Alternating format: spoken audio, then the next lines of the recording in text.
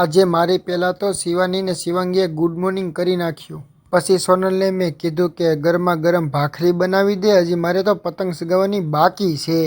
પહેલાં તો મારે કામ બાકી હતું તો ચાલો તમને કહી દઉં.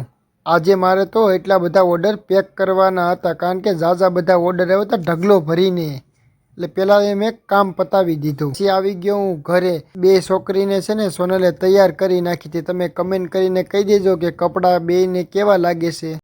સોનલ કે મને તો લાગી છે ભૂખ, તો ચાલો બધો નાસ્તો કરવા માંડે. ચાલો નાસ્તો તો કરી જ લેવાનો હોય ને. તો ખજૂર પાક હતા, ચીકી હતી, પછી અમે તો નાસ્તો કરી લીધો.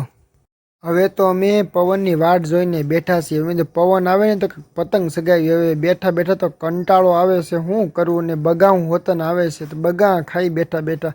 પછી તો એક રીલ્સ બનાવી લીધી. અમારા સુરતમાં તો ખબર જ ન પડે મકર સંક્રાંતિ છે કે દિવાળી આવી ગઈ.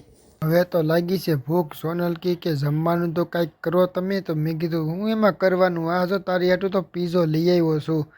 એ કે ખાલી પીઝે જ કામ પતાવી દેવાનું છે કે બીજું કંઈક ખવડાવવાનું છે. મેં આ સાઈડમાં જો દાબેલી છે આમાં, અને આમાં બે બાજુમાં છે ને વડાપાઉં છે.